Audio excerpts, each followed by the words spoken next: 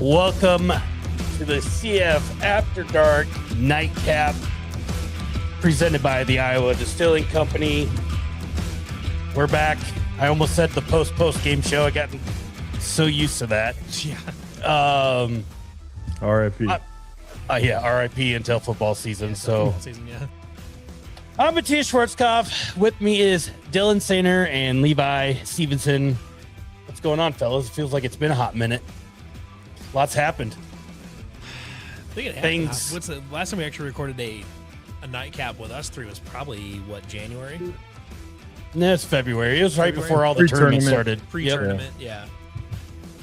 We thought the offensive guys needed some more runtime, you know? Yeah. Well, and we dabble in everything, but we're football guys. We're not gonna pretend we're not. So, but it's kind of one of those things where it's like, I feel like during basketball season they'd rather hear from people that, that's their shit. Rather from people that say these people suck. That would be ideal. They want to hear from the basketball guys because then we'd start the show on basketball. We've already got a good comment here. Play around a golf at Augusta with the golfer of your choice or tickets to the Masters for life. Ooh. What do we think? I'm inclined to say tickets to the Masters for life. Because I know that question. Augusta would obliterate me. And Yes. I'd have to do it in front of some famous golfer, which sounds horrible.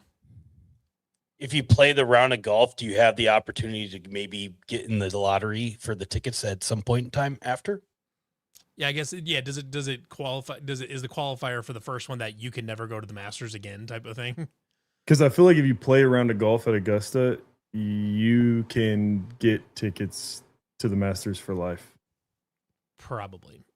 For the sake of the argument, for the sake of making this difficult, let's say if you play the round of golf at Augusta, you can never go. You can never go as a fan. You can never go as a fan. I mean, honestly, it's not that entitled. Like, of course, everyone wants to go, but like, it's a much better viewing experience on television. Like, you can't actually see the golf happening if you care about actually watching the golf. For sure. And you don't have your phone. Like, you don't know who's winning. Like, you don't know what's going on. You're just kind of like, hey, well, that's got cool. like a Masters app and all that. Honestly, I think I'm taking playing around a golf and then just watching it at home. I'm leaning that way too, I think. You've started to convince me in that direction, I think. It's just not it's like F1 racing. Like, it's just not an like incredible viewing experience. Here's the question where I think it gets easier to make that decision, where it's Sunday tickets for life or you play it with buddies, any buddies you want once. In that situation, definitely playing with my buddies. Yep. No question about it. I'm taking a few buddies. We're going to play a foursome at Augusta. I would take that over Sunday tickets for life, for sure. Oh, Steve Kemp with the big brain move here. Take the tickets, sell them. Well, then you're banned from ever getting tickets again if they catch you. Oh, yeah, that is a rule, isn't it? They do not like when you sell tickets to the Masters. Yeah. Never mind. That would be a great way to forfeit your lifetime tickets. Redline says, someone who's been twice for practice rounds is 100% better than even your highest expectations. Everything about it is unreal. Granted, I've only been for a practice round. That's kind of my thinking. But like, once you go for like the 30th time, does it still have that same magic? Maybe it does. I honestly don't know the answer to that. I mean, from hearing the people talk about it, they go every single year. I think it does. I mean, yeah, it's probably like one of those things that like people in Iowa, like for the Knoxville Nationals and stuff like that. It's the same, obviously the racing's different every year, but like they love it so much that they'll go back every year. Like Augusta, that's fair. Or us in Iowa State basketball and football games, like, we're doing the same thing before football games every year, but we love it so much that we're just going to keep doing it. That's a fair point.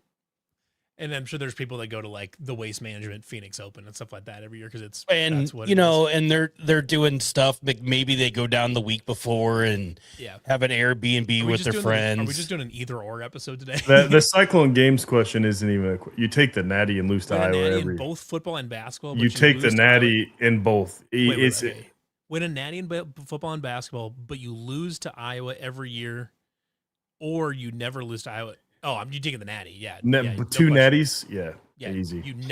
No question. You take the Natty, but almost like you lose in Iowa in football, that adds one loss to your record, and then you're having you got to win the conference no matter what after that. That's not the question though. The question that's true. Good point.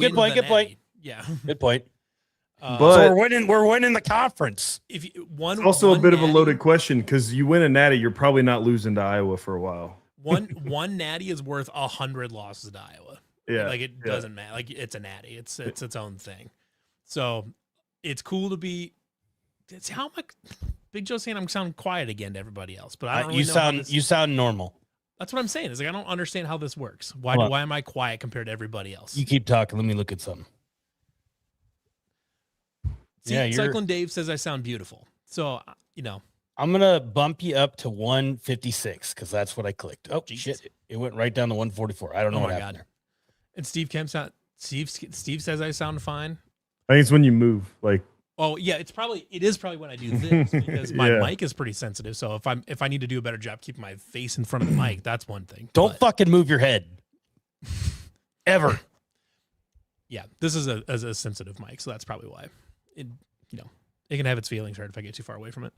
But anyways, I guess if anybody else has any more like either or things, let us know because those are kind of fun. Honestly, we got some portal news we can talk about. Jake Brenton did a oh yeah. Hey, quick plug. Oh yeah, we're not begging for things to talk about. Yeah, no. quick plug here, of on topic things that we could talk about here. But as the good CW and Jake said already today, it's never been a good time or never been a better time to be a Cyclone Fanatic Premium Insider. Mr. Jake and CW are working their little tushies off here with a lot of good information on the transfer portal for basketball. So a lot of stuff Jake talked about already this morning on Williams and Bloom on there, and we'll probably hit on it here a little bit, but there'll be some more stuff coming, in the coming days there on the premium board. So if you guys want some more information, it's not a bad time to hop in on the premium message boards on Cyclone Fanatics. So not that I want to say good things about Jake, but here we are. Yeah, you whenever you say good things about Jake, an angel. You guys have anything? Do you guys have anything about the women's basketball situation? It's a difficult one. A lot of rumors. Well, I feel like you just hear, like I hear about it obviously, but you guys probably hear a little more than I do. But the tricky part, like the tough part, is like, did you see the video that Jamie Pollard put out last week talking about that? Yeah, but every Jamie Pollard video is kind of. Yeah, I guess where I was going with that is like Jamie equated the women's basketball situation and the football situation as far as like everybody leaves, we have to replace the entire roster type of thing, but they're not even close to the same situation. Yeah, like everybody left because they were Matt Campbell guys, like right, like they like. Yeah, but like, what's the football had to replace a roster because the program was good and a big program sniped our coach, and we had to go get an entire roster because that's just how it works now. Women's basketball is doing it potentially because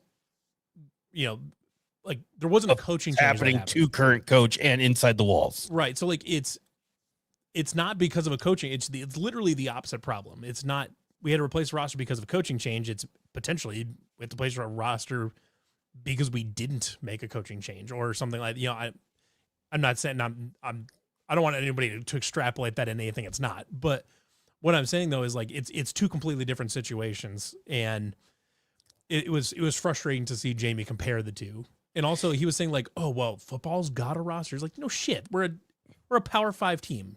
There was no danger of Yeah, they didn't really like not have a choice to like not build a roster. I mean, is it good? We don't know. We don't know. We'll find out. We don't. And that's fair. But it's like they couldn't be more different situations. Can I like say, can we stop the cringy social media videos of him sitting behind a desk? Oh, they suck.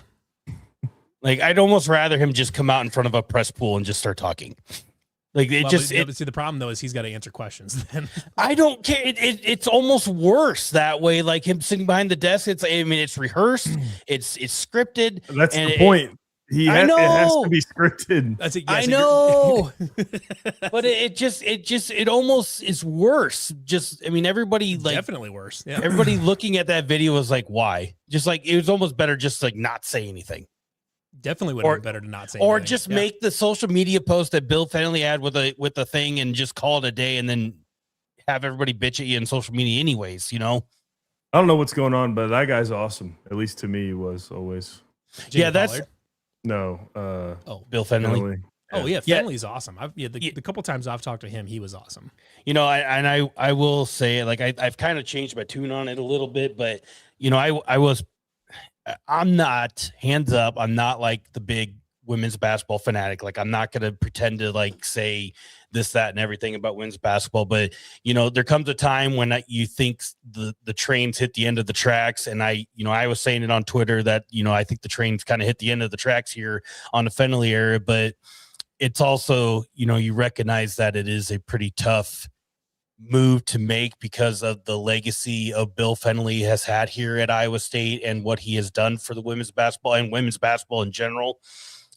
So it's tough, and it's easy to say, go fire somebody and do this, that, and everything. But, you know, he's got 1 year left on the contract. You know, there's not a whole lot of dollars in women's basketball. So like, I don't know. Like the whole thing's tough. It feels like Bill and Jamie are kind of in the same boat here to a certain extent, where in that both have done enough good work over their careers to earn the right to stay until they want to be done, type of thing. In Bill's case, you know, you kind of have to, you hope that he knows when the time is right to be done, and that he does it, that he finds that time before things get bad enough where it starts, you know, negatively impacting his legacy, type of thing. Like, you don't want to be the guy that's stuck around too long. You know, you don't like Mike, like, you don't want to be Mike Gundy. You do not want to be Mike Gundy, who's stuck around 5 years too long. And, you know, Bill Fennelly's not there, but he's still making NCAA tournaments. You know, it wasn't that's like the thing. When you make the tournament every year, it's hard to. Right. He's even in this year where it was kind of a disaster, they were still an 8 seed. So it's hard to argue with that because they're still making tournaments. And you know, it's tough. And, you know, and Bill's kind of an old school coach too, where he likes to coach players hard, stuff like that. You know, he's, you know, classic coach that likes to yell during games and stuff like that or whatever, and coaches players hard. And I could absolutely see him being in a situation where he feels like that way doesn't work anymore, whether it's he can't do it at all or players just won't respond to it when he does do it, type of thing. That's the thing that he's got to wrestle with him, you know, within himself, and figuring out, like, is the way that I want to do things, is that still compatible with the modern game? I think that's like, I mean, every coach that's been in the game for 20, 30 years, whatever, probably like Gino Auriemma should still be having that conversation with himself. You know, what's her name? Down in South Staley. Carolina. Yeah, Dawn Staley. Dawn Staley should be having that conversation with herself every year. Is like, is what I'm doing, does that best fit the athletes that I'm going to have on my team?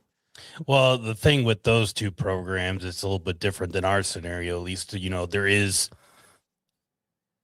the funding behind putting together a top roster every year. So it makes it a little bit easier for them to have that conversation with themselves. Sure. That they could be competitive all the way to, you know, Don Staley and Gino Auriemma all the way to the Final Four. Sure. You know, Don Staley, obviously they got their ass kicked by UCLA, but they've been in the championship game, the last 2 years or 3 years, whatever it is. And, and UConn's just won the national title a season ago. So, but there's whole aspects to this whole NIL situation that it continuously is changing every week. And women's basketball is particularly weird because the top 5 to 10 teams are just so far above. Like the gap between the top 4 to 8 women's teams in the game is, and like the next group, the gap between those is way bigger than it is even in football. Like the distance between UConn basketball and Iowa State, UConn women's basketball and Iowa State women's basketball is much bigger than the difference between Ohio State football and Iowa State football. It's way bigger.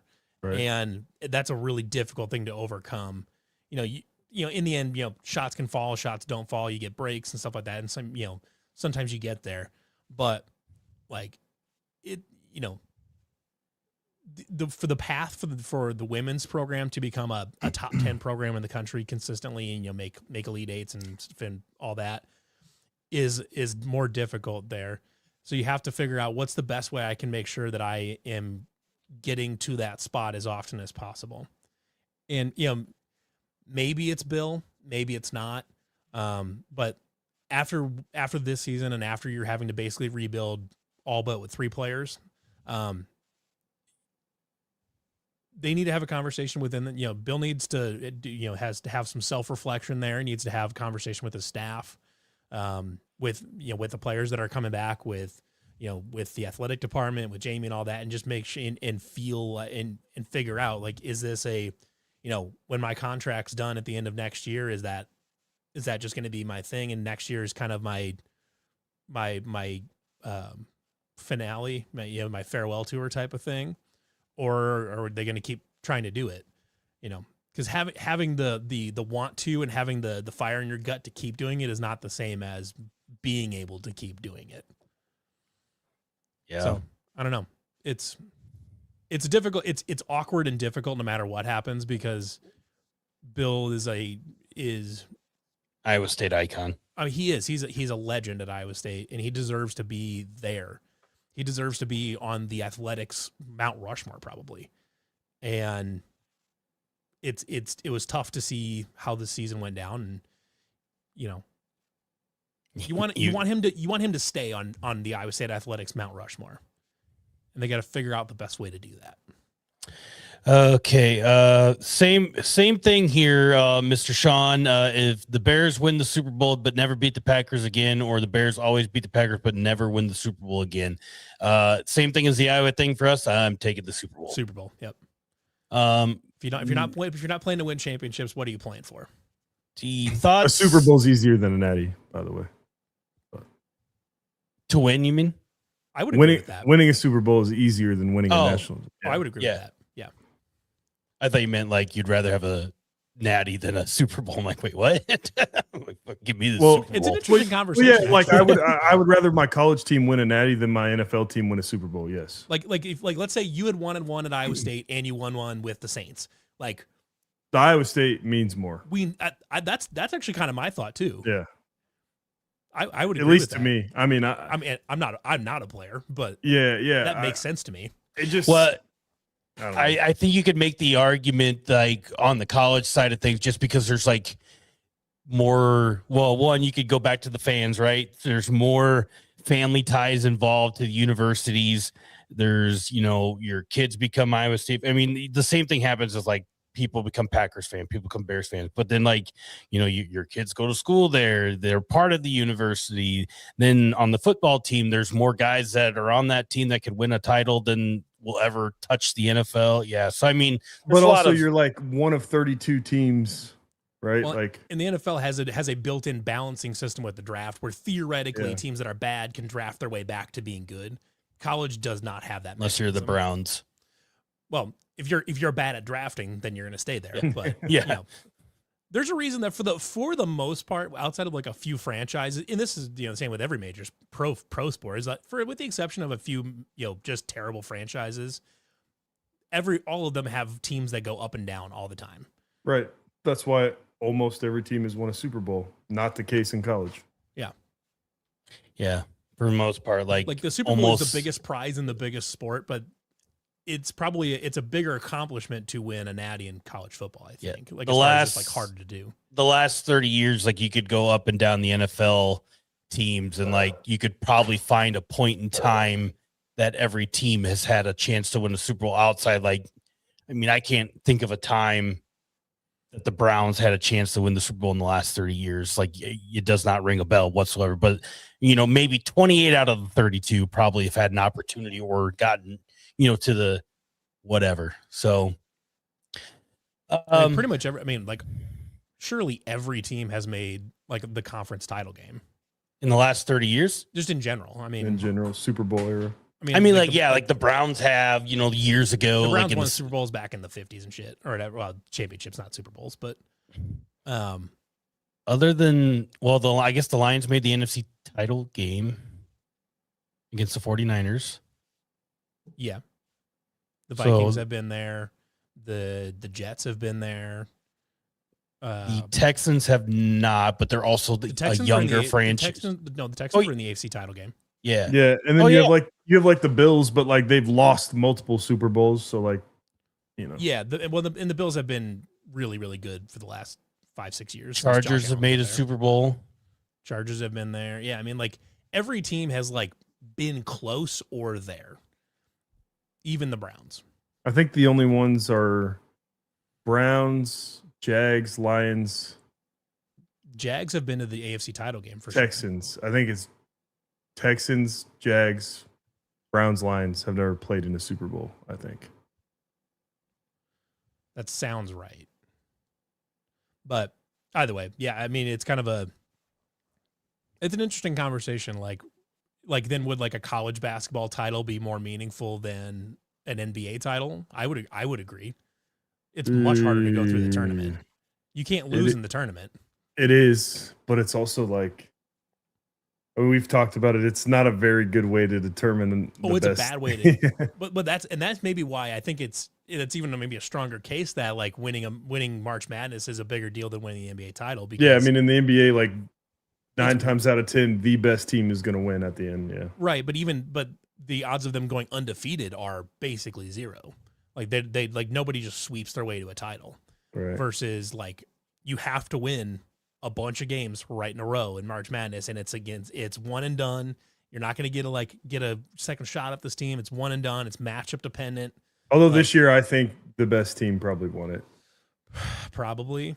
Or as our friend Tom Turner said, one of the best teams. One of the best, yeah.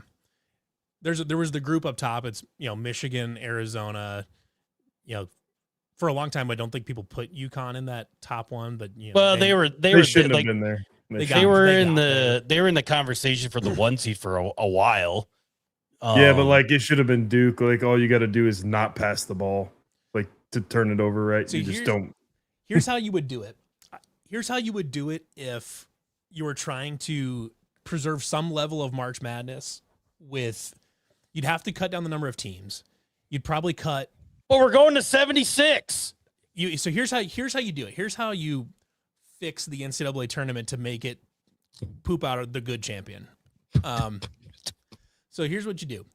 You start out with without the good champion. That's what I'm saying. So you start out with you start with the round of 32 basically. So you have 32 teams, and you set this up just like soccer plays the Champions League, where they play a home and home, and then it's goal differential. It's total goal differential. So like you would play the first match at someone else's stadium. Let's say it's a 2-0 game, and the home team won, and then you go back and play the second leg of that, and then let's say it's 2-0 for the home team. They would go to extra time and all this forever, but away goals is the tiebreaker. So if it's 2-0, it's a 2-0 game at one stadium, and then the other one's a 3-1 game.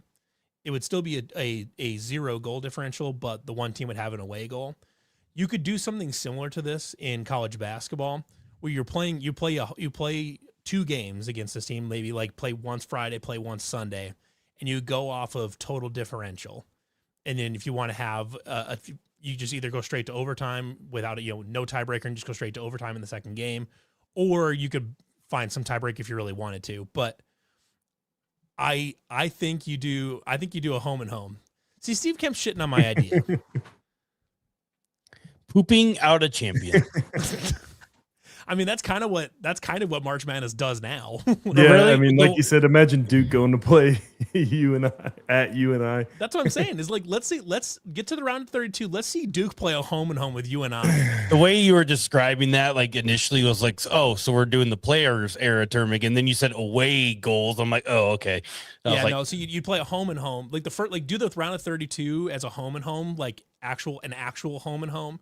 And then once you get to the next round, once you get to the Sweet 16, then do your regional final games and stuff like that, and just play 2 games. I thought it was kind of crazy this year. Like there was like, some of the like 9 and 8 seed matchups, teams are winning by like 45. Yeah. Like, well, the problem is once you get to like 9 seeds can be good mid majors, like a Miami, Ohio. Or like a really bad Power 4. Or like, a bad Power 4 team. But the problem is like the talent disparity between a 20-win Power 5, Power 4 team and a 28-win G5 team is still pretty substantial. Well, I think it was Georgia getting beat down by somebody. By St. Louis. St. Louis, yeah. Yeah. And that one, yeah. So that one's the opposite direction. Yeah. I don't even think Georgia wasn't even that good. And that's the thing. Georgia wasn't that good. They had that the guy that looked like Shane Gillis out there, dude. He was awesome. St. Louis, Avila. Yeah. Kareem Abdul-Jabbar. Yeah. Larry Nerd. I kept calling him Shane Gillis. And that's the thing, the whole problem with the NCAA tournament going up to 76 teams, which it sounds like it's going to. It's the Big Ten and the SEC. Like, we'll use Auburn as an example. Auburn was 17-16.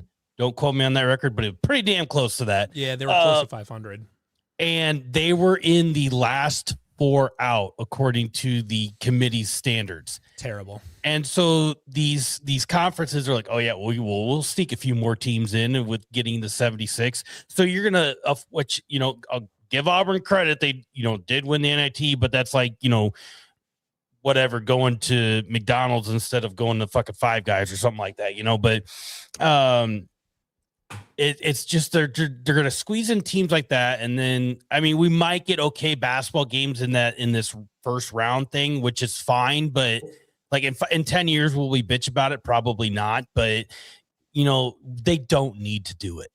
Like, we don't need to put a 17-16 Auburn team in that is clearly just a pile of junk, or a team like Georgia, who wasn't really that good, but had a 20-win season or something like that, and then got absolutely ass blasted by St. Louis. So are these lower tier teams in the SEC and the Big Ten even that good to be playing for a national championship? No. Especially not this year. The SEC was terrible.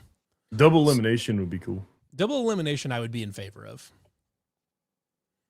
That'd I think cool. You'd have to cut down on teams, but you could like survive we were probably a better team, but like bad matchup could survive that. Yeah.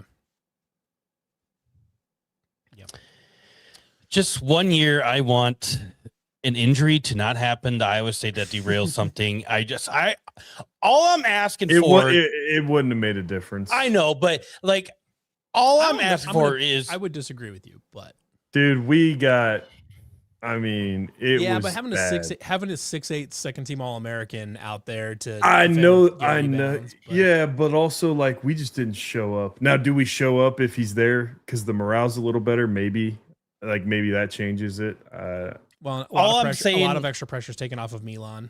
Yeah, all I'm saying is I just want it one time. The Final Four, your team shows up and they go through your little intro of your team, give you clips, and they're like, we are Iowa State. And then they go, here's the Iowa State Cyclones and fucking intros. I just want it one time. Just one time. Matthias, what's the name of our best shooter from last season? Last season? Yeah. Kurt Jones. Okay, well, this one that just concluded. Milan. You said his name right. Okay. Because there was a while there, like every show you'd have this nervous breakdown every time you had to act. You're like Milan. The shout out to the guy after one of the post game shows. He hyphenated it with me and then lawn. Yeah. So every time I think about him, I think about that guy. I don't remember his name, but shout out to that guy. Yeah. But that was during the CBS era of the high Z, or with High that. Z, yeah. Get off me, lawn. Get off me lawn. I'm really gonna miss next year going into a basketball season where everybody trashes Nate Heisey and then realizes that he's actually a really good basketball player by February. I'm gonna miss that next year. I like watching him play. What? Were people doing that this season? Yeah, at the beginning of the year, they're like, Nate Heisey should never see the court again. There was tons of tweets at the beginning of the season. And then the same thing happened a year ago. It happened this year. Because he wasn't making shots. Then they were like, his sister's an American hero. And then everybody was like, yeah, this guy's good. This guy rocks. This guy rocks. Well, then the day later is when he hit the corner three against Houston. So it was it worked out okay for Nate. But that guy had a lot of beers after the tournament was over. God forbid a white boy get a little motion, Guarantee that guy drank some beer after that tournament was over. Yeah, but they're in the transfer portal now. I did see one question he kept us from getting the absolute break speed off of us in the last game. Absolutely did. Yeah. He was really good earlier. Someone was asking about transfer portal targets that we. Okay, here we go. I got the list pulled up here, so I'm gonna give just the ones that. Give me Trey Singleton or give me Def. Yeah, so I'm gonna give you just the names that Jake has already said out loud. Pull that shit up. I'm not, because it's on the premium board. That's right. So I'm just gonna go through 3 because those are all the ones that Jake has said. I'm not gonna pull up on screen, but I'm gonna read the whole thing. Yeah, no, I'm not gonna read it, but it's obviously Trey Singleton, Northwestern, redshirt freshman. He's got 3 to play. Yeah, so he's basically a young Joshua Jefferson. If you pull up some of the highlights, basically it looks like a raw. I mean, maybe raw is not the best way of putting it, but a raw Joshua Jefferson, right? Yeah. He averaged 7.5 points at Northwestern, 4.8 rebounds, but can dribble the ball, can run the fast break, do all the things that Joshua Jefferson could do. So he's on campus this weekend. Another one, which is pretty public at this point in time, but it's Taj Manning from Kansas State, kind of going to be filling the role of Eric Mulder, but actually is better than Eric Mulder. So chilling on the bench. Yeah, I think he's actually going to play. I mean, for the amount of minutes that he played a season ago, he averaged 4 points, 5 rebounds. Once Mr. Tang was fired from Kansas State, he averaged 6 and 6. So a guy that's actually played in the Big 12 and could do some of those things. Is he going to play 15 minutes a game? Probably not. But if he can get out there 5 to 8 minutes a game, great. And then the last one here is Jaquan Johnson from Bradley, 5'11", point guard. Plays very similar to Tamin Lipsey. Tamin Lipsey was probably a generous 6 foot tall, and this guy's around that same, just maybe a touch shorter, but 2 years of eligibility left out of Bradley. Elite defensive point guard, and shoots really well at the free throw line, gets to the free throw line, can shoot the 3-pointer, but not at a 50% clip like Milan. But yeah, so I mean, those are the 3 names I think are kind of really publicly right now. But there's some others that are floating out there, and if you really want to check those out, Jake's got some good write-ups on the premium board to check those out. Yeah, I watched some highlights of Trey Singleton, and it took me about 4 plays in before I'm like, yeah, we need Trey Singleton. Yeah, I mean, if you go back to the exhibition matchup that they played in Hilton Coliseum, within the first 5 minutes, there was a couple plays that he was taking the ball right at Joshua Jefferson, and he did some really good things in that game. But if you really want to go and look at one of his better games that he's had this past season, I think it was at Illinois. He had a really good game against them, and obviously Illinois is a Final Four team from this past season. So, he's had a lot of good moments on a really bad Northwestern team. Yep. He's and the new assistant coach Buckley is supposed to be called the shot doctor. Doctor. That's his whole bit. So, maybe he can get him going from the outside and turn him into a Coincidentally, the shot doctor is a much better defensive coach than he is a shooting coach, which he's also a really good shooting coach too. Make that make sense. What do you think? What do you think he can get Blake Buchanan up to at the free throw line? Just get him to 50. Yo, can we get like the team free throw percentage up, please? Like a little bit. Get the team in between 70 and 75 and get Blake Buchanan 50, 52, 50. I don't care. 50. There were some stretches in the season that it was hard to watch. It was bad. Oh, yeah, it was terrible. It's kind of one of those things. The free throw shooting is a similar frustration to like how the special teams were kind of there in the middle of the Campbell era where they were kind of dog shit. Right about it never really obviously you can go look at the Tennessee game, like if they made the free throws, like they're in that game a little bit more than what they were. But like outside of that one, you can't really point to a game and say it's like, oh, the free throw shooting like really sunk them. But because when you're winning games, it gets covered up. But then when you when you need to win, it's like, ooh. Speaking of other things that get covered up when you're winning games, the offensive line. Our making free throws, the offensive line might be really good. We might have the best offensive line of the name that coach era. Well, if anybody says the offensive line is going to be really good this year before the season starts, I'm going to slap them because there is no way of knowing that. I'll tell you what, though. Zero did you watch Thornton's interview the other day? Yeah. His press conference? Good coach. I liked what I heard. He's I think he's a pretty good offensive line coach that's been stuck on some pretty unfortunate staffs. Oh, you're telling me that being on Hugh Freeze's staff is it was not a good moment. Is that what you're telling me? Yeah. No, I mean, like, what was kind of funny though is he sort of incidentally threw just a skosh of shade at Ryan Clanton a little bit because I can't remember which lineman he was talking about. But he was talking about, he's like, yeah, the dude, like, we got to rein him back a little bit. Like, he plays super, super aggressive where we got to rein him back a little bit because there was a bunch of times last year where he was playing, he was really, really aggressive, but his technique was terrible or whatever. So he didn't know what he was doing type of thing. And I was like, well, I mean, that was what Ryan Clanton always talked about was like, let's beat the shit out of people. I mean, which is where you got to start for sure. Like, cause you don't have that. Do you think it's easier to coach aggression or coach technique? Technique. If the guy's soft, he's soft, and you're not going to change it. Yeah, the being the bulldog on the. I mean, I'm not going to speak for every position, but I'll just speak for offensive line. Like you either speak for all of them. No, you either are a dickhead and will beat the fuck out of somebody like instantly, like when you come into college and you'll always have it, or you just don't have it.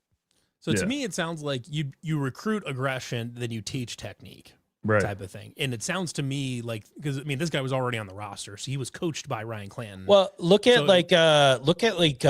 use, it was Barrett, maybe he was talking and they're Ryan Clanton guys, but Spencer Brown on the Bills and then Trevor Penning that was on the Saints. Well, that's what I was going to say. Like Clanton has he has the resume. The pedigree, like, I mean, sure. And those guys had the aggression all the time, like, and they played with it, but they were also like coach because they were lower recruited guys, obviously going in the UNI and were built up to what they are.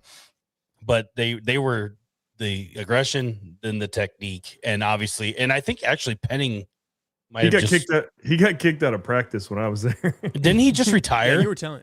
Did Penning retired? I think so. I mean, he'd only been in the league for what, 5 years? Well, he's had a bunch of injuries. I think it's been. Maybe I'm saying no. He's still there. Cool. He's on the Chargers. Okay, so I was saying something else, but Spencer Brown's still the starting right tackle for the Bills. Avatom, the stashed airbender here, wants to know a projected starting O-line, which I think is tough right now. They're rotating so many guys. He has mentioned Austin Barrett a number of times. Yeah, I think he's going to start. I think he'll start at left guard, probably. You'll probably have Masai King at left tackle there. The rest. The kid, he was talking about Braden, is it Braden Smith? There's been a lot of the FCS Tarleton transfers State that have been, kid that have been moving to center. That's yeah, what they were a talking lot of about. those guys have been in on a lot of the clips. If you really and take those with a grain of If you salt, want to because read into it, yeah, they're obviously rotating lines, and like if just because the starting quarterback is with this offensive line in spring practice with a brand new roster, it means absolutely nothing. But a lot of those guys have been in with the starters. It appears the starters, and I'm saying air quotations, but yeah, I really think Barrett and King are you probably could pen them in barring an injury. Left tackle, left guard, and then But outside of that, anything. You might not have a starting offensive line till like week 3. yeah. Right. Braden Smith, I think, is the one he was talking about that he had been doing well at center so far. So it sounds to me like he would probably be like some sort of clubhouse even leader, during the Campbell era, there was plenty of times where we went into the season with a starting 5, and then like a game or 2 in is like, okay, that's not working. So we're gonna. Yeah, I think if we leave spring practice and somebody says, "Hey, we have a starting offensive line," I'll be concerned. Yeah, yeah, that's probably fair. I think Gabe Greenlee was maybe the one that he was talking about, where he's like teaching him how to kind of learn how to back off. He's played football for forever. No. Yeah, I mean, and then you got, Jake Taylor from Oklahoma, who will be in the mix at right tackle if he could stay healthy. It sounds like he's still coming back from injury type of thing. There's so many names. You could literally toss out. Oh, Michigan State guy's Brocious, right? Yeah, Brocious. Gavin Brocious, yeah. He's the one that still wears the half bar down. He better brought it with. I hope so. It looks badass.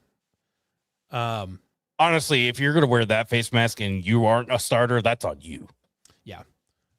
To me, if it's Messiah King at left tackle, Austin Barrett at left guard, and then we'll figure it out.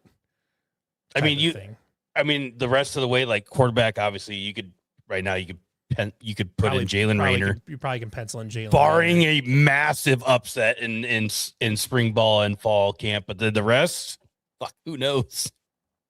And I think running backs probably some combination of Aiden Flora and Cam Petaway, I would guess, is one of those two, or a combination of those two.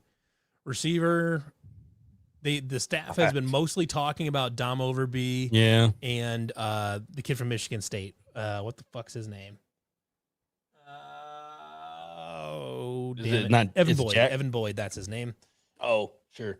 Evan Boyd and Dom Overby are the ones that have like gotten the most like. Dude, this is gonna be tough to like fucking get through all these names. It's like, no, that's the thing, is like I have to remember where these kids are coming from. I have not heard anything about Omari Hayes. I think I saw a clip of Omari Hayes that they did a slow-mo clip of him breaking on an in route.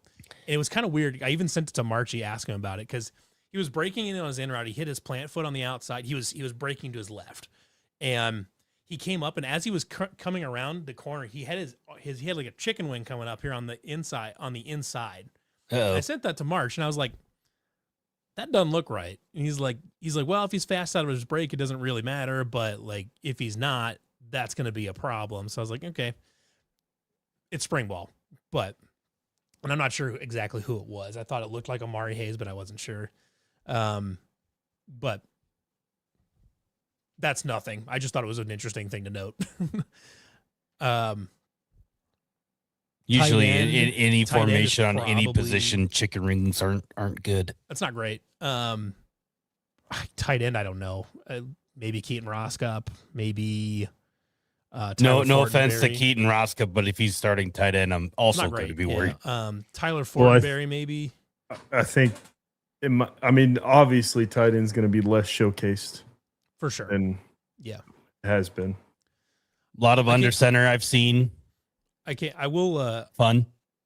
Yeah, I will. It's not really a spoiler necessarily, but Steve Kemp, easy. Yeah, Steve's getting feisty there in the comments. But Jackson Pence and I are working on doing a detailed breakdown of the 4-2-5, especially how Washington State ran it last year. I've been talking with Jordan Harris a little bit too, former middle linebacker, my co-host on Down the Pipe, breaking down just kind of how, like specifically this week, I've been watching the Washington State Ole Miss game from last year. I don't know if you guys have like watched any of that. The first half was a defensive masterclass from Washington State. It was insane. Like it was good offense too. Like it was, and like Ole Miss had. Ole Miss they just couldn't. They couldn't. Ole Miss was really good. I mean, it's Lane Kiffin, Trinidad Chambliss. They couldn't get anything going in that first half at all, and they really didn't get anything going most of that game. But like especially in that first half, it was really really impressive. And I early returns from just watching some stuff is in comparison to the last scheme, the 3-3-5, where they played man less than 10% of the time probably. You're going to see a big jump in man coverage. Big jump. I don't know. It depends on the personnel. Like it does, but the way the person, and like I said, I'll go more into details when we do that video. But because the 4-2-5, the linebackers are basically big safeties. Most like on their roster, I would say it's linebackers under Campbell in the 3-3-5 were running 240, 245, 250, and because they had to be up and fit run gaps like they had to fit the A gap and stuff like that too to be able. Because you're gonna have the extra linemen to cover up gaps that you will theoretically. In 4-2-5, they're not sitting down there and messing around with right and left guards where they got to be able to push guys around. They're all about speed. So if you look at like Washington State's linebackers last year and the ones that came in, they're around like 225. They're a full 15, 20 pounds lighter. And that's because they need to be quick sideline to sideline. So when you have in 4-2-5s as well, they have a nickel. They have the same nickel that like a 3-3-5 has. It's that same nickel, but it'll swap the nickel and the will linebacker will swap sides based on the passing strength side. And so the will, and it's what essentially ends up being almost a true Mike. It's a Mike and then a will that flops with the nickel. They'll chase each other to the sideline. But what that means though is you always have speed all over the place. You're because of the size of the linebackers, you're functionally playing like 7 defensive backs, basically, like 2 big safeties and then a bunch of regular defensive backs. And when you do that, when you have that kind of speed on the field, and if you feel like you can win those one-on-one matchups, then man defense benefits you quite a bit versus like a 3-3-5 where you have so much more extra space, and you also don't have the pass rush to get there and take that away.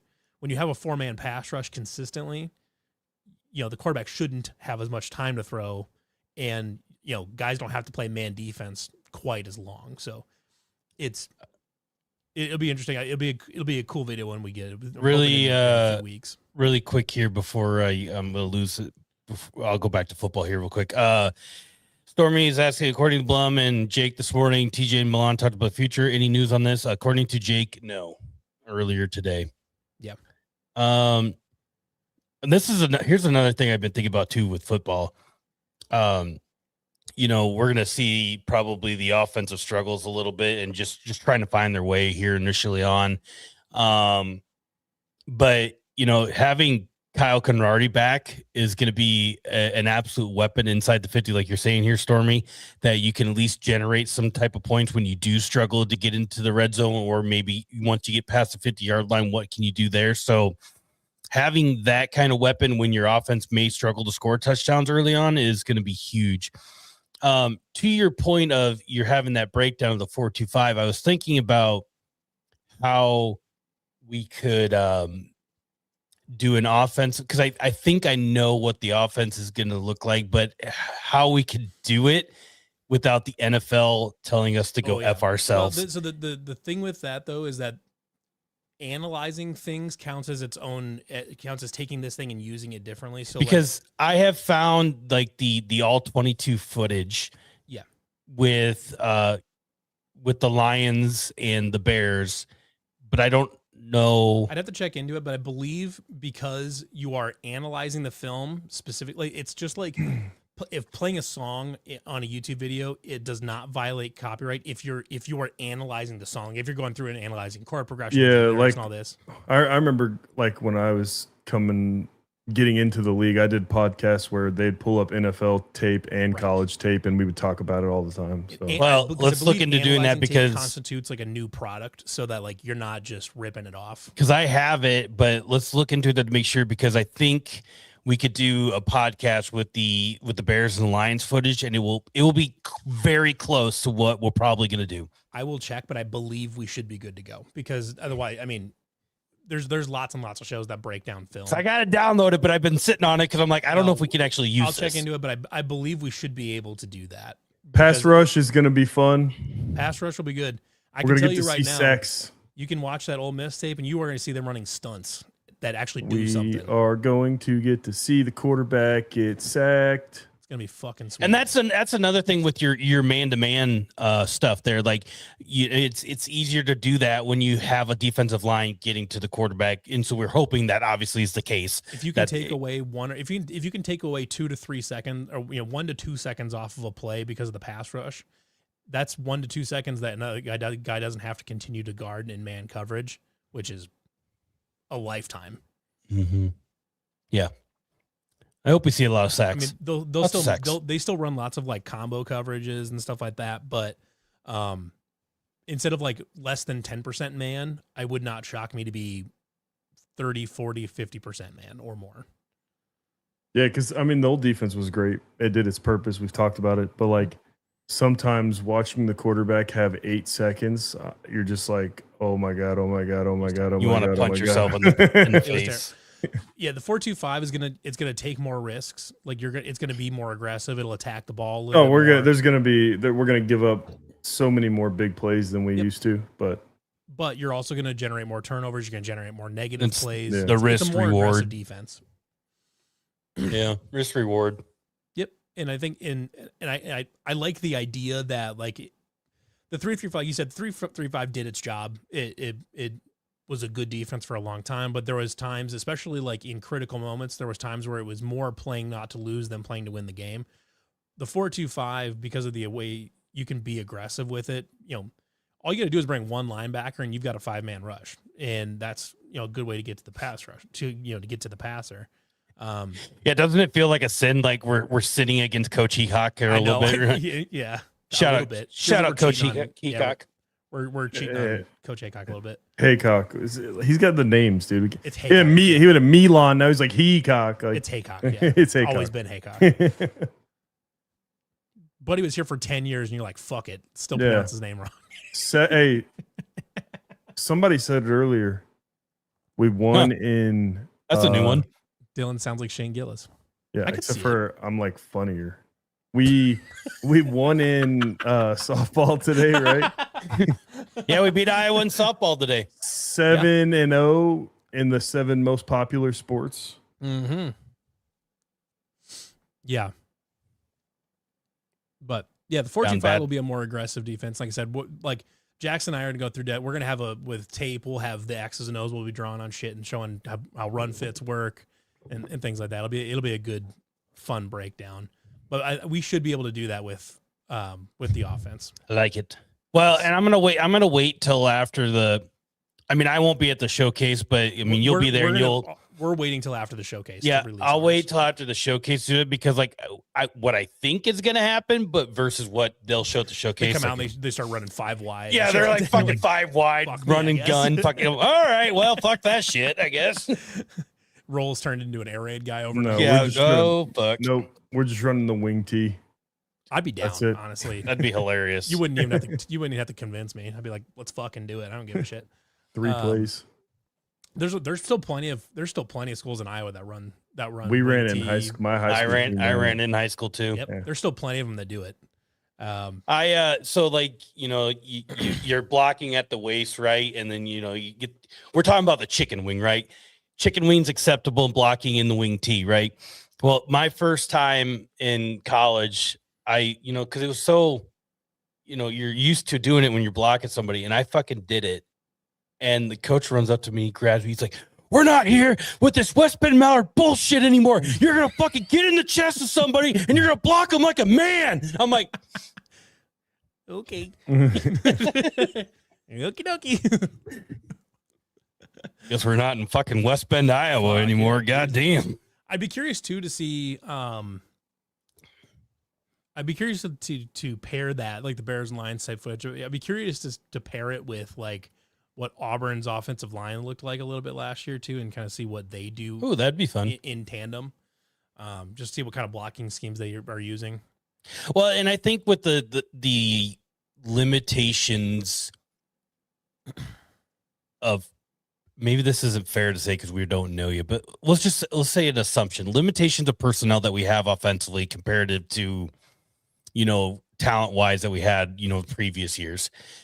Some of that stuff that, Dan Campbell and Ben Johnson do with the pre-snap looks, the misdirections, the disguising of things, the play with inside the play, like, is going to be beneficial for what we need to do, because we're going to have to do some crazy things offensively with motions and, running the wide receiver on an outside pitch or something, like, just to get different looks on the defense to be able to generate points. And obviously Dan Campbell and Ben Johnson have had a lot better talent than what, Iowa State has currently, because of, all the wide receivers that they had in Detroit and shit like that. But, that they could do a lot more fun things, but like design wise, like, you're going to have to do some of that stuff if what we assume is what, because obviously Roll's going to bring some of those principles, because it's, he's going to have some of his stuff from his previous days, like at North Dakota State and then Iowa State and then into Dan Campbell tree. But I think it's going to be pretty dang close. Dylan, did you make it back for the alumni weekend? No, but so did you see at the game in Chicago, like Charlie and Jake were there, and someone else was with them. Anyways, one of those guys that was sitting there sent me a picture and was like, "Where are you at?" And I was like, "Oh yeah, at tip off. That's a good time to ask where I'm at." Like, yeah. Thanks for the heads up. Yeah. In Chicago. It's not like this game's in Bentonville or some shit. Right. Yeah, Chuck was at the alumni weekend. I saw a picture of him and Mr. Rogers chopping it up. Cool. So that's good to see those guys bring. It's good to see the new staff bring like Coach Mack back and all the old players and stuff like that. It's good to see that. Corey Morrissey, I believe, he tweeted that he was back. Yeah, he was there. I mean, I would assume like the guys that still live locally were Todd Blythe, Brett Meyer. I would assume they saw Jeff Woody in a photo. Yep. So some of the more recent alumni. I mean, Jeff Woody's not the most recent, but he's like, I say Jeff Woody's over a decade out now. It feels recent to me still. All right, Jeff Woody was there when I was in college. Yeah, it feels recent to me. Recent. Okay. But he's not 10 years ago. He's right? not. I think anything prior to Campbell is not considered recent anymore. Like, that's fuck. fair. But to be fair, Fuck. I mean, to be fair, Dylan, you started at Iowa State a decade ago. So yeah, that's a long time. Yeah. So you weren't that recent. But I was there for half a decade. So. You at least did make it to the year 2020, I guess. So you're within this decade. Right. But yeah, shout out Mr. Why do I keep calling Mr.? But Charlie getting a nice payday from the Chargers. Mm-hmm. Yeah, good for him. I thought the graphic was funny. Highest paid blocking tight end in the NFL. I thought Hell that was yeah. funny. I saw that. That's pretty funny. That's hilarious. My wife sent it to me and she was like, question mark? Because she doesn't watch football and she does not, in her head, like she doesn't give a shit. Charlie is not a blocking tight end in her head. I'm like, yeah, that's what he's doing. In nowadays. college, he wasn't really either. No. He became that with the Ravens, sort of, but yeah. That's fine. Highest paid blocking tight end's hilarious. Well, I come back to Ames before I go to State College. I'm gonna go to both, so we'll see how the schedules line up. I don't know which one will be It'd first. be a bad look if you went to Penn State first. My guy. I don't know which one will be first, but I am gonna go to both, so we'll see. I kind of I want to stay away from the whiteout weekend.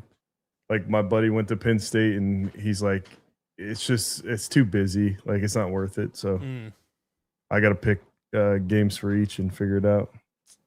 I'm trying to say, what's our home schedule even look like? We got SEMO, Bowling Green, Utah, West Virginia. God, you start the game. You start with four home games in 5 weeks.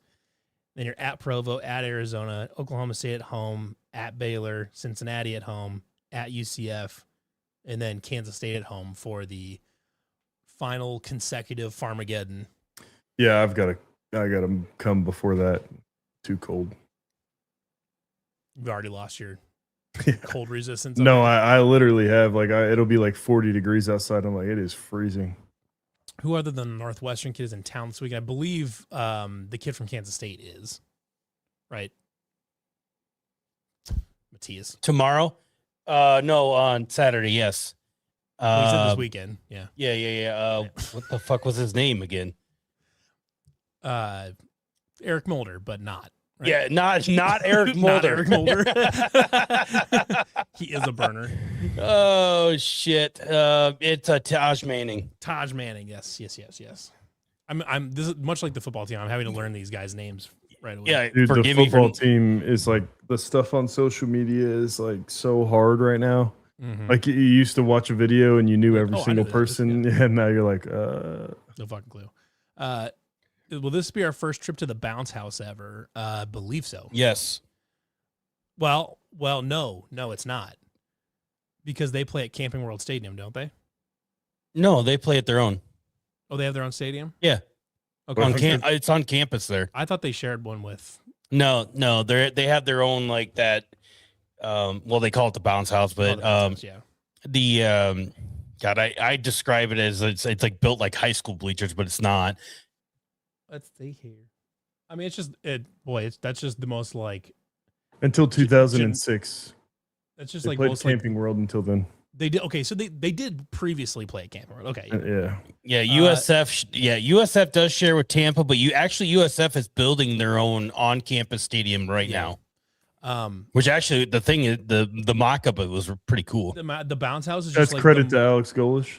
The bounce house is just like the most generic like stadium builder generic one option ever. It's just the Jaguars are going to be playing in Camping World Stadium when they're redoing their entire stadium in Jacksonville. I forgot about that. Yeah. All right, we're an hour in. Are we going to the Masters? Yeah. Okay. Yeah. So we're shooting over here. We're going to do two things here, two scenarios before we get out of here. But so Rory McIlroy had his champions dinner tonight or tomorrow or last night, one of the two, doesn't matter. So our game for the evening is picking what your Masters champion dinner would be. So I'm going to pull up Rory's here. Whoopsies. Nope, that's Not the menu. Avery. Jesus. All right. Guys, make that fit, Levi. I got it. All right. So you get a choice of appetizers, first course, main course, and dessert. So let's start with appetizers. So we got peach ricotta flatbread. It sounds really good. Rock shrimp tempura, grilled elk sliders. Elk sliders, interesting. But we're not choosing from these. We're not choosing. No. Pick your own. Pick your own. Let's build one instead of just. Let's build a community one here instead of us having our. Okay, own. that's fair. So all right, what's your appetizer? Pick one app. We get one appetizer each. Appetizer. I'm gonna say. Oh, this is tough. I know. It is. Okay. For Christmas, my family, my grandma Noel, she makes bacon wrapped water chestnuts that are like it's like candied bacon wrapped water chestnuts. Oh, interesting. They're great. They're very good. Interesting. I'm gonna go with that. Well, I'm gonna be like Scotty Scheffler here and go basic bitch because he did like all American, like he had like cheeseburger sliders and like shit like that. So I'm thinking in my head instantly, like I'm gonna go to the bar, have some beers, watch a football game, and I like good chili con queso dip.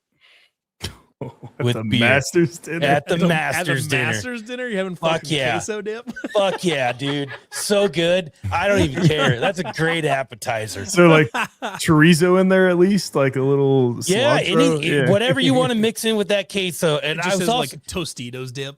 honorable mention. Honorable mention would have been some onion rings with a Southwest Ranch. Sure. Mozzarella sticks better than onion rings, but Either way. Not the same thing at all. I would do like an Italian stuffed mushroom, kind of like with a nice sauce. Are you talking about one of the little guys or one of the big fat dishes? Yeah, like kind of like a medium size with like maybe there's like some crab in there. You know, I've had a couple good ones from different places, but Sure. nice little stuffed mushroom. I mean, I said like appetite, like are crab legs an appetizer? No. You think that's a main course? Yeah. I would almost call them an appetizer. I think it's a main course. Yeah, I don't know. Pretty much anywhere you go. All right. So first course. So there's a first course, a main course, and a dessert. Okay. So I'm having trouble like determining and I mean, maybe the first this course is kind of like it's between an hors d'oeuvre and a okay main course. But Well, I guess it's on toasted baguette, so it's almost like an appetizer, really. Though It's closer to an appetizer, I would say. It's an hors d'oeuvre. Give me a deep fried sushi roll for the first course. Some tempura. I'm going basic bitch again here. This sounds really good. I saw pulled pork nachos on here, but I'm gonna change this up. No. Pulled pork egg roll. Okay, I'm okay. Yeah, pulled pork egg roll is real good. Pick something green so it doesn't badly stain my master's jacket, buddy. If I walked away with a master's jacket and it has barbecue stains on it, mission accomplished. Who cares? Yeah, who cares? Mission accomplished. I don't give a fuck about a barbecue stain on my master's jacket. But you also don't get to keep the jacket. It stays at Augusta, and you only get one jacket. Does it really? I didn't know that. Yeah, and you only get one jacket. Tiger Woods has one jacket. Do they stay in like the champions locker room? Is that how that works? Yeah, I believe so. Interesting. I didn't know that. First course. This is a little tricky. I'm gonna pick. Bruschetta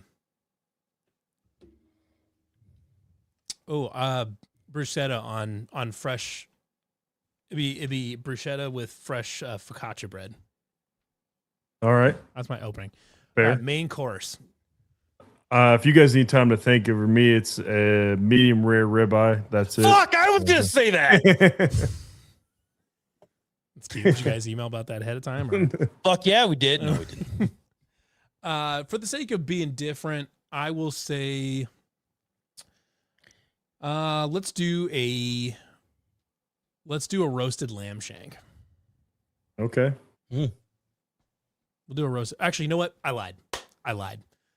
We're doing a Guinness pie, a Guinness shepherd's pie. Oh, from Ireland. Well, you're more Irish on this dinner than fucking Rory is. He's got sticky toffee pudding on there, which is a British thing, but like they asked him about what did he say. Well, to be fair, I believe is Rory Irish or Northern Irish? I think he's Northern Irish. I don't know. Isn't he? I could be wrong. I could be totally wrong.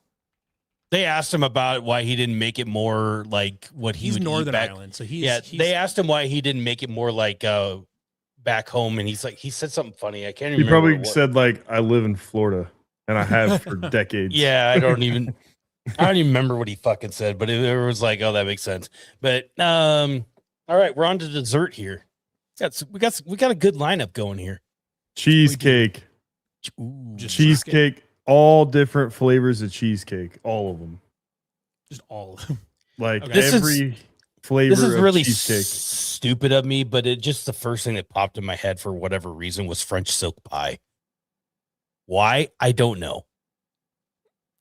But it's there. I'm using it. What in the McNeese FFA order is that shit? No, we're not putting a clone cone on this. A green one. Off. A green clone cone. If it's a green clone cone, it's just a green ice cream cone. That's all it is. This is you want to know why this is an unpopular opinion? Because it's a dumb fucking opinion. Yeah, cheesecake is crazy. I love cheesecake. That is a crazy opinion. That's one of the hottest takes of all time. Mine is gonna be a root beer float.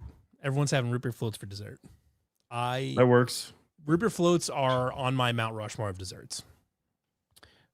It's nice to have a root beer float. Root beer floats rip. Cheesecake is disgusting. That's crazy. I can't. Backup would be creme brulee. I knew you were gonna say. That's what I thought you were gonna say was creme brulee. You thought I was gonna say creme brulee? Yes, I thought you were gonna say that because you talk about creme brulee all the time. I really don't. No, when we talk about in the Slack, when we get on like our tangents about fighting about desserts and stuff, like you always bring up creme brulee. Creme brulee. Creme brulee is great.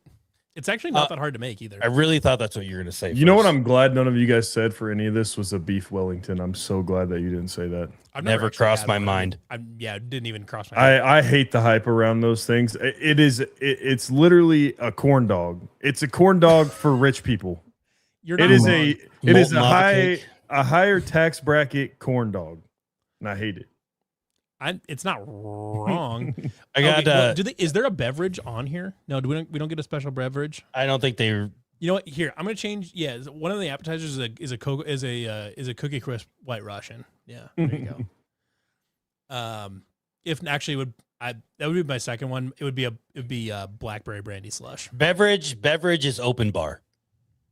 Yeah, Yeah. fair enough. Fuck it. Whatever you Yeah. want.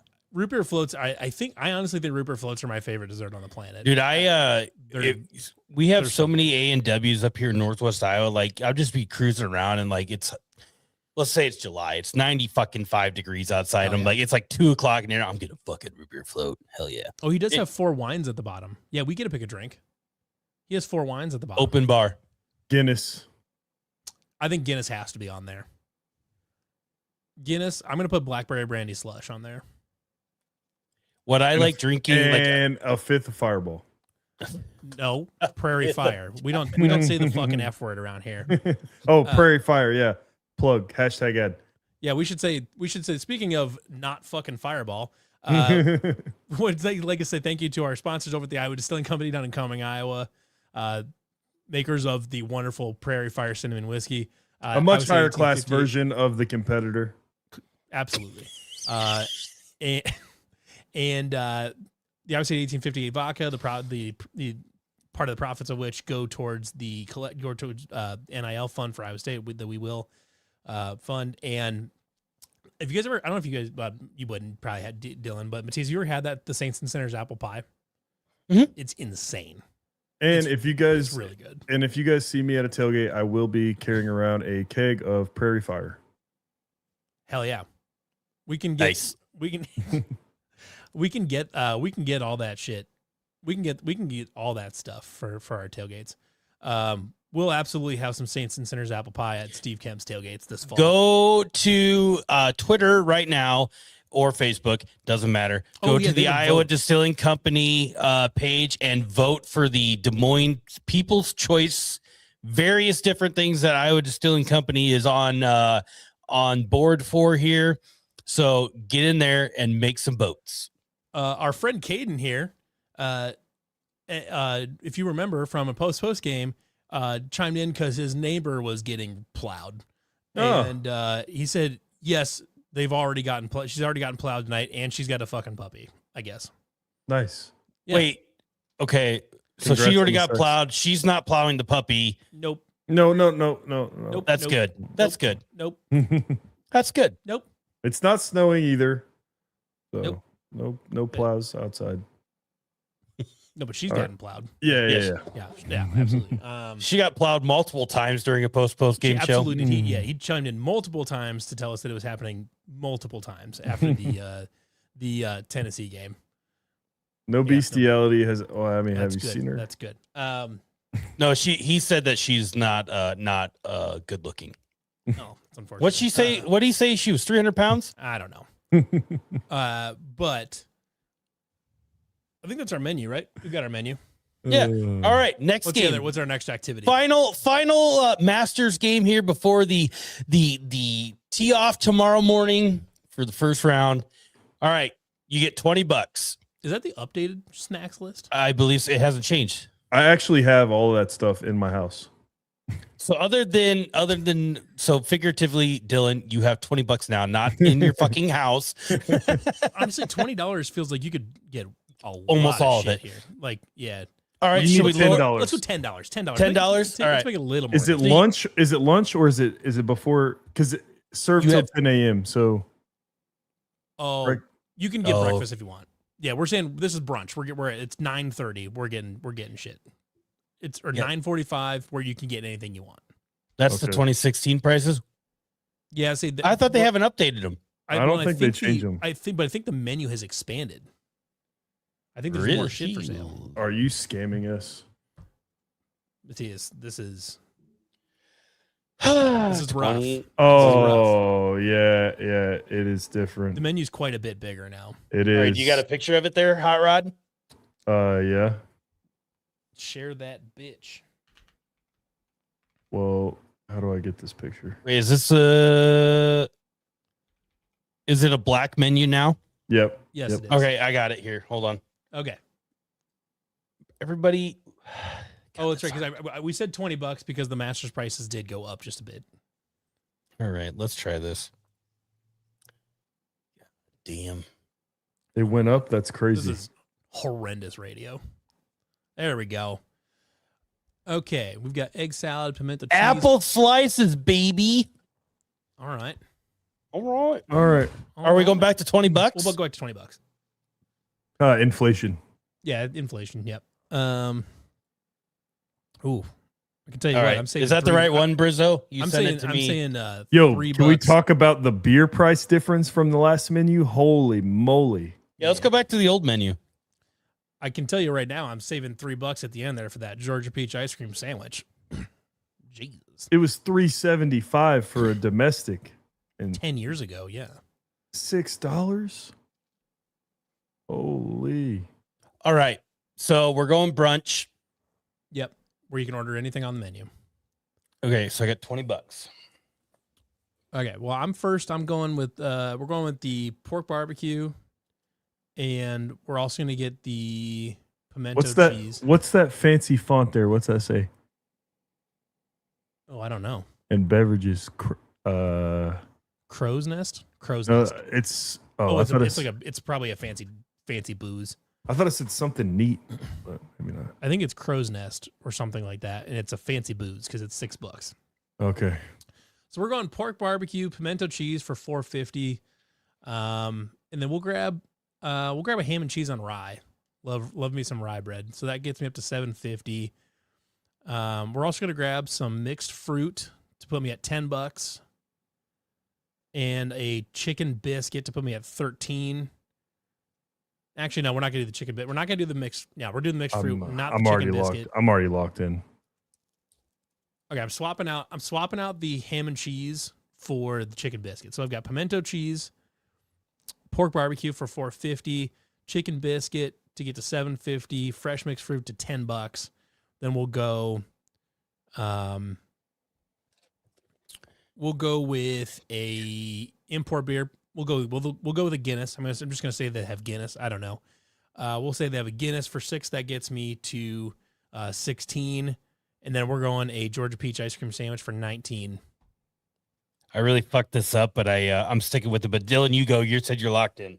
Locked in. Master's Blend fresh brewed coffee, $2.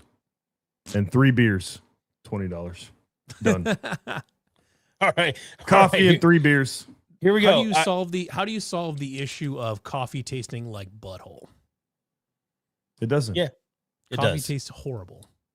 Or you guys are children. No, hey, fuck you. I'm an adult that doesn't need coffee to wake up. Well, once you grow up, then you'll. Crow's Nest is their own beer, apparently. Okay. Oh, interesting. Once you become an adult, then you could drink coffee. I'm an adult that doesn't drink coffee and still wakes up. Yeah, what do you have? Get up in the morning, have a little chocolate milk. Like, mommy, can you make me some chocolate? I have. Dylan, listen to me here.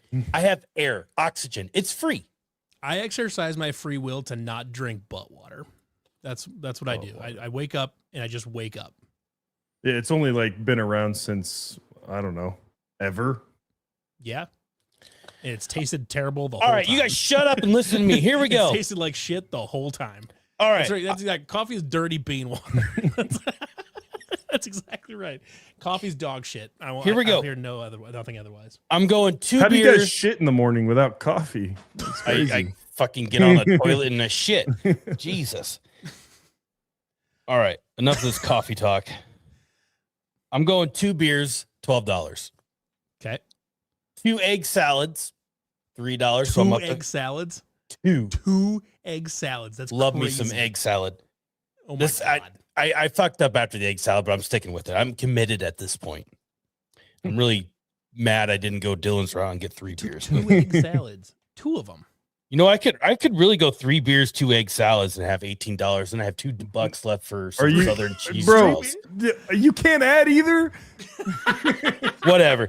Anyways, 3 beers and 2 egg salads is $21. Oh, it is. Yeah, it is. Fuck. Okay. Anyways, we're sticking with it. So I'm at 2 egg salads at $15. I'm gonna add a chicken and biscuit for $3 up to $18, and then a cookies at $1.75 and $19.75. I have a quarter left. Holy moly. You're tipping a quarter, but also like 2 egg that's a lot of food. 2 egg salads. Well, are we there the whole day? I mean, and a chicken biscuit. No, this is just the first time you walk up, because I mean 3 beers isn't gonna last me. So they call it. So it's the first time we're walking up. Then fuck that. I'm getting 3 beers and I'm coming back later. club sandwiches are club sandwiches. Doesn't matter where you get them. Club sandwiches, that's just what they are. They're just club sandwiches. I don't care if they put masters in front of them. Also, instead of 2 egg salads, you could have got a pimento cheese and an egg salad. Diversify a little bit. That's fair. We know Dylan's about the pimento cheese. Yeah, lots of pimento cheese. Yeah, but also the beers. So yeah. 3 beers, 1 egg salad. I'm a person that likes to. I like to sample the food on the menu. Like 1 beer would be good enough to help me wash down the rest of that. I think I'm rolling with mine. I guess I was thinking like you have 1 shot at $20 on this menu and not coming back. But if we're coming back, like I'll probably get diversify that a little bit. Yeah. But it's still crazy like that you can get all that for $20 at the Masters. Shout out to them. An actual crazy person's take. Nitro coffee ice at Quick Star, straight to the veins. About the only good thing at Quick Star. All right. First take. off, Fireside, using my photo to have that take, you should be banned. That's an insane take. Quick Star rules. First of all, is amazing. Yeah, like everything in Quick Star is great. Like everything. Everything tastes good. That's a crazy. I have never left a Quick Star and said that really sucked. Not once. Yep. It's man, that's a psychotic take. I don't. What would Matthias consume first, a clone cone or coffee? It'd definitely be a clone cone. It's a clone cone. It has to be a clone cone. Ice cream is good. You just bitch. Yeah, like, oh no, I got to eat this ice cream. Coffee haters, you guys are crazy. See, this is just not. Man, I'm so disappointed with that take from Fireside. Is probably a Casey's enthusiast, and Casey's has gotten so bad in its own state that they now, instead of they haven't stopped at Tennessee expanding out to people who don't know how shitty they are. Now they are going and buying out gas stations in Florida because people in Iowa and the Midwest realize how bad they are and how bad they treat their employees. Brother, I don't know how to break this to you, but that's all gas stations. That's all gas stations. That's how all of it is. Casey's not Buc-ee's. Not Buc-ee's. But Quick Star not Buc-ee's. is like Quick Star does have like fresh made sandwiches though. Like they have that. Or like made that day. I mean, Buc-ee's isn't even in. That's like my there's my father-in-law in his post-retirement days. They opened up a Quick Start up here in Spencer, and he got bored in retirement of playing golf and other stuff. He decided that he needed to go work part-time and do something. So he had short time, which he's already quit it, and he's like, I don't want to do it. I just want to be retired. He worked at Quick Start and in the kitchen, just fucking around in there. They make shit a lot more fresher than you think. Oh, they absolutely do. Yeah. So Buc-ee's, there is one going in Kansas City, but there is a lot of, and the reason is because I quoted some material for the building. But I have heard rumors that they are working on finding an area around Des Moines, probably on the south side of Des Moines. Like around Did you quote the one out in, was it Lincoln or something? There's one in Madison, or there's one over by. No, Madison. the one in Omaha or outside of Omaha that they're doing. I did not quote that one. But are all of your guys' come and goes Mavericks now too? Yeah, or they up in the northern edge of the come and go territory, they sold out the ones that they didn't want to some Fresh Mart type. I don't know. It's Eastern Iowa actually really doesn't have many come and goes. The only come and go, I would say, the nearest come and go to me is probably the one in Coralville, like Iowa City. Ours are all Maverick now. Yeah. We don't, for whatever reason, Eastern Iowa just never got come and goes. Yeah, I think that Buc-ee's in Des Moines, they're aiming for that the south west side.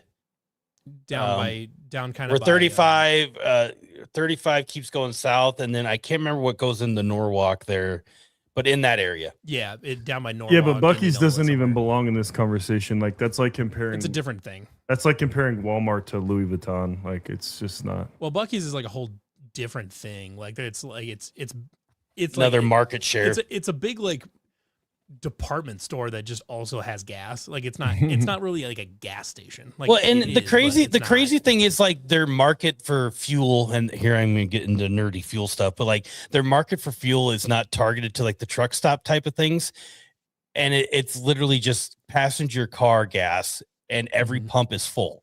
Yep. Like that's just it blows my mind that they can do that with without attracting the truck stop traffic. Well, if you put it around Des Moines in the right spot, there's enough truck stops around there where like Yeah, they well, can and absorb all that. it's the same thing with all of them, really. But like, it's you think of a truck stop and like the level amount of people. I mean, obviously there's people traveling to various places, and we stop at those. But like how Buc-ee's marketing can gain that level of foot traffic without needing the semi traffic that is primarily a lot of the traffic on interstates. Just kind of, it's just crazy. And the level of the amount that Buc-ee's pay their employees is astronomical too. Like, This is a great store manager makes like 150 grand. Yeah, and if you walk outside and like the signs that they have posted at Buc-ee's, like for the assistant manager, I saw the one in they're like now hiring dude that cuts the brisket, starting salary $80,000. Down in the new one that they put in Missouri. Where was that? Is it Joplin or it doesn't matter? But the assistant manager for that place was $125,000. Yeah, nuts. So this one says, I'd rather have a Portillo's in Des Moines before a Buc-ee's. So, retail Portillo's is not great. It's not great. Yeah, I like Portillo's is fine. There is one in the Quad Cities, but I don't know.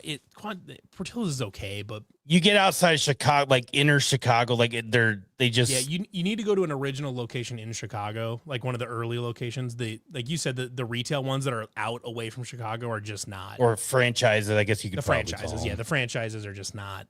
They're not.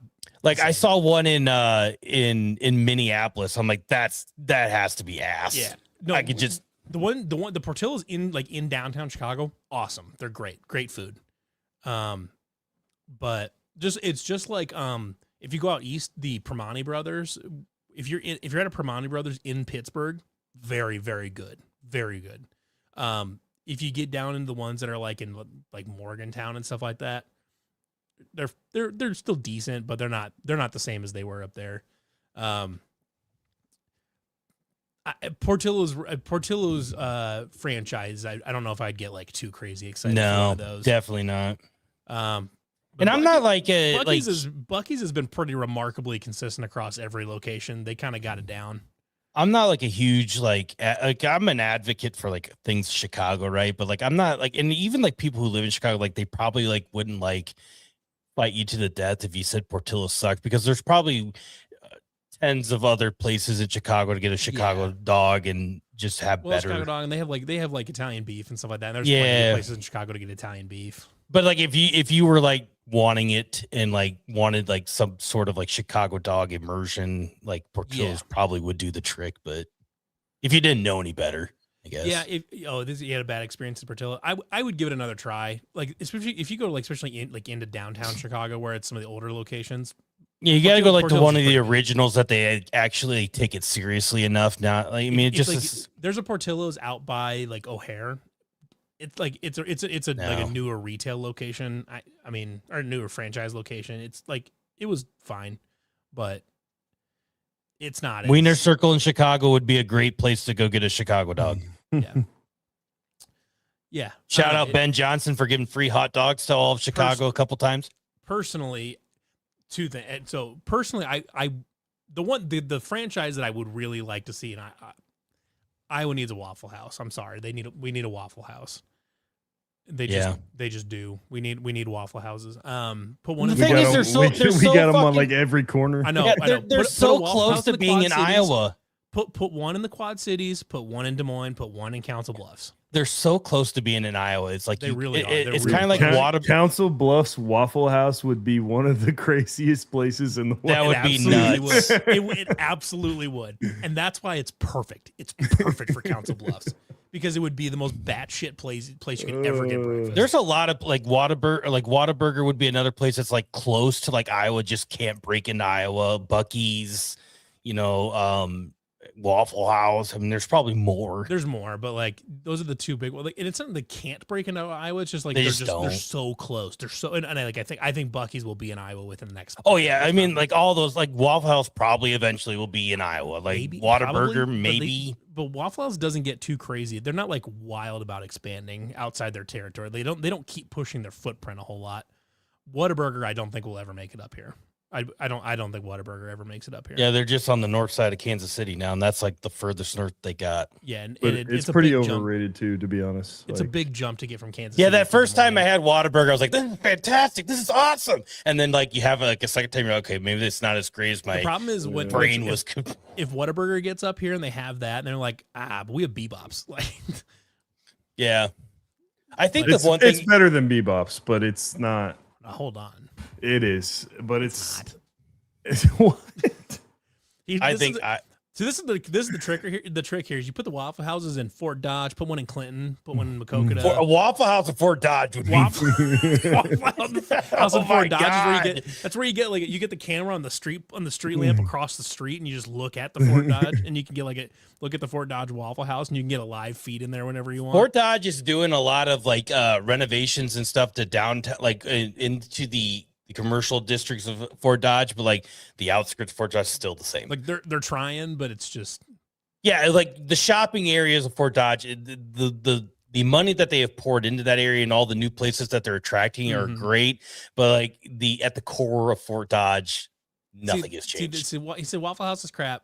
One, Fireside doesn't like anything, but two, like Waffle House. Until you're doesn't try- hammered at 4 a.m., it's Right. really good. Waffle House doesn't pretend to be anything it's not.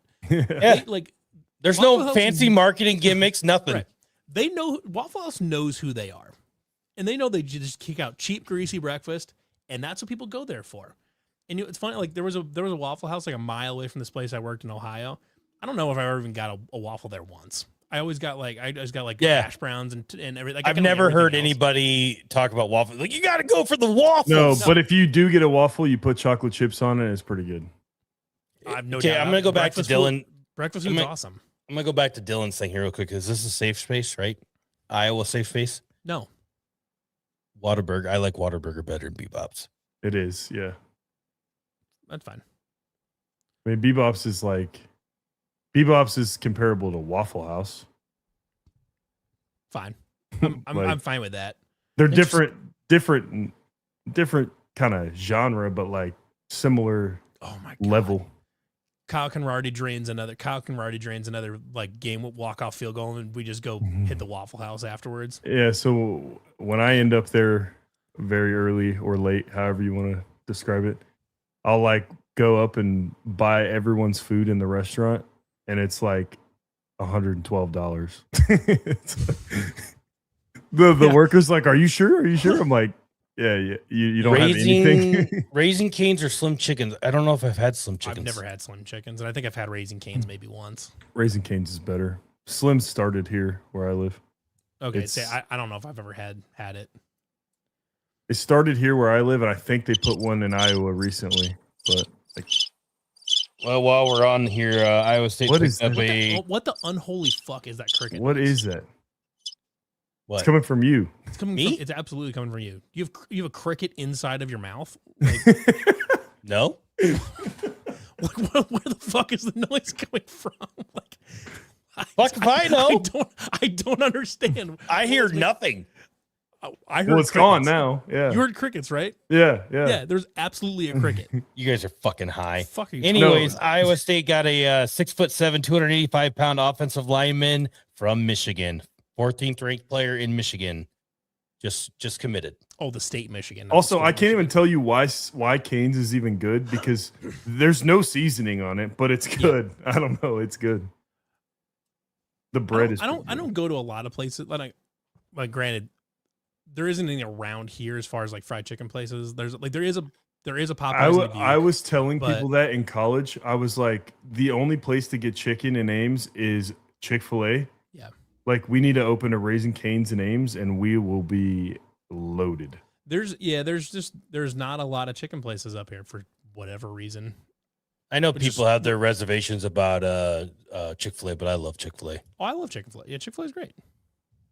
Especially mean- on Sunday. Is it like, yeah, It's when you always Is it want like, it. That's is when it you like- always want it. is Yeah, it like I was the gonna best open fried up, chicken on the planet? Yeah, probably yeah. not. But it's like It's the best solid. fast food. Yeah. it's very But- it's very solid.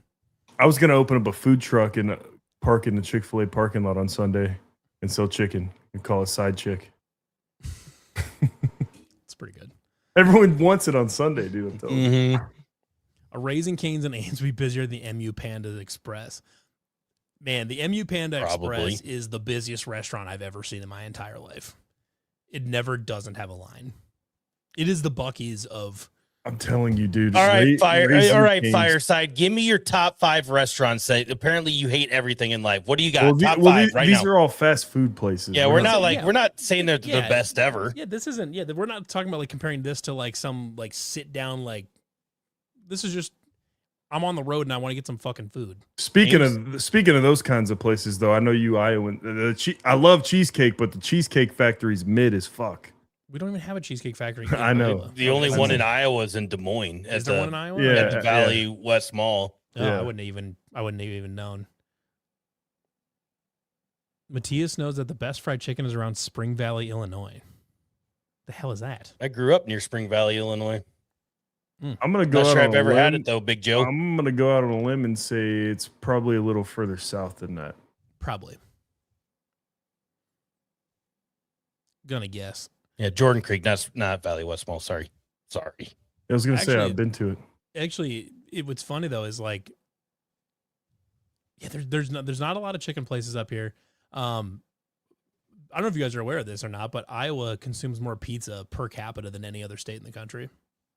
I was not aware of that. We eat Interesting. a fuckload of pizza, like a lot. I mean, you really can't go wrong with pizza. I mean, you can go wrong with Casey's Pizza, but you can't go wrong with pizza. But like, He's if, on the- but like, if Casey's is your baseline pizza, that's a pretty good baseline. Like if that's like if Casey's pizza is the worst pizza available to you, Okay, you put it that way. that's Sure. that's a pretty good baseline. Like Casey's pizza Yeah. isn't great, but it's like it's fine. I have some friends from New York, and everyone raves about the Casey's Pizza, and we ordered it one time, and they were like, So Wait, all this- of Brother This is tossed out Arby's first. I like Arby's. I I don't hate Arby's, but I'm it's not just an like Arby's hater. Yeah, "Yeah, I like Arby's too, but tossing it out first is crazy." yeah. So Taco John's, Taco John's. no, I is- hate it. I hate it. You I hate Taco John's? I hate it. Fuck you, Dylan. Taco How Bell do you is know- how just do you- significantly better, like so much better. Taco Bell than Taco John's. You said? Yes. They're both good. I mean, how are you looking at like a 6-pack and a pound and being like, this is shit? I like 6 That's packs insane to me. sometimes. That's a crazy. Also, Fireside, this list isn't bad, but like there's nothing wrong with any Papa of these John's is places. kind of bad. Papa like John's is the- not great. Yeah. the list we were talking about earlier like isn't very far off of those places either. Right. I was like, those aren't like none of the places that you mentioned are like that Fireside mentioned are like vastly above the places we mentioned.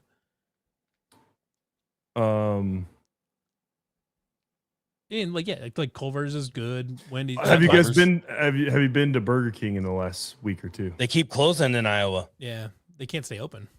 They apparently changed their branding, and they're changing their food. They're gonna Pretty good. serve real meat. I would be open to trying again because Burger They- King has been the worst fast food burger. of my So entire I life. had one the other day, and the burger was good. It was hot. It was fresh. It tasted like it came off of a grill. There was was good. a franchise owner in Sioux City that owned all the ones from the Sioux City, Highway 20 line across, maybe even down to Ames that died. His wife couldn't pay she didn't realize she had to pay the bills after the owner died. And 12, 18 of these places just closed. The one in Ames is gone now. I and think so- the one in Dubuque is still open. I don't know. Also, how are we leaving out Jersey Mike's? That's Jersey Mike's is Jersey- good. Jersey Mike's is good. It's up there. I know some people don't like the bread, but I love Jimmy John's. Jimmy John's is great. Actually, you know what's an actual real terrible sandwich? You guys ever had pickle barrel subs? Heard of it, never had it. Horrible. Which have you ever had? Which? Never even heard of it. it's an Ames right on the. Oh, Yeah, it's a newer location to Ames, but I had it up in Minneapolis for the first time. I think it's because I was hungover and it was really good, but I've never had it the same again. So I think it's because I was hungover. Subway Subway is better than Yeah, Jersey you know why Mike's? that's unpopular? Because Because it's wrong. It's the second time you've said unpopular opinion and then just dished out the worst take of all I time. I don't complain if I get handed Subway, I guess, by any means, but If there's a Subway and a Jersey Mike's in the same parking lot, I'm going to the Jersey Mike's 10 times out of 10 yeah. times. There's a very clear dividing line between the people that like Subway and that don't, and it's easily found by the people that worked at Subway and the people that haven't. If you've worked at Subway, you are never touching Subway if you don't have to. I think it's not good. Hardee's underrated. Anybody that goes to Subway, don't get the tuna. Don't get it's the seafood. sufficient. It is sufficient. Don't get the Philly steak. All of it's real bad. At Subway? Yeah, don't get any of that shit. Get cold cuts and walk away. Get cold cuts and hope you walk away with your life. What's wrong with the Philly? Like the meat's all pre-cooked, pre-shaved. It comes in like vacuum sealed and it looks funky. I see. Yeah, it's dicey. Definitely don't get the tuna. Don't touch the tuna. Don't go anywhere near it. I don't think I've ever gotten a tuna sub. Yeah, don't. That's probably the same weird Iowa people that get like Filet-O-Fish at Castle is McDonald's. White Castle. Yeah, is I not will. great. I'll kind of push back on the White Castle stuff. Yeah, White Castle's not great. Hardee's, forgotten chain because there's just not that many of them left anymore. Great burgers. You know, Hardee's keep dying off, but like they just put in a ton of money into NASCAR too, which is really funny. Yeah, I don't know. There isn't hardly any Hardee's left up here anymore, which is a shame. What's funny though is I'm old enough to remember when Hardee's was bragging about they had the $6 burger because that was the big shit. They're like, oh, it's a $6 burger, so it's just better than all the other burgers. If you could walk out of Hardee's if you could walk out of any fast food restaurant today under $15, you did really good. Yeah, like the $5 foot long. Speaking of Subway, that was short lived. Yeah. Now it's like $14 for the most mid sub you've ever had. What fast food place would you use to cater the Masters dinner? This is a good question. What fast food place? I mean, Chick-fil-A is like the Chick-fil-A is a classiest pretty one. obvious one. I'd go Chick-fil-A.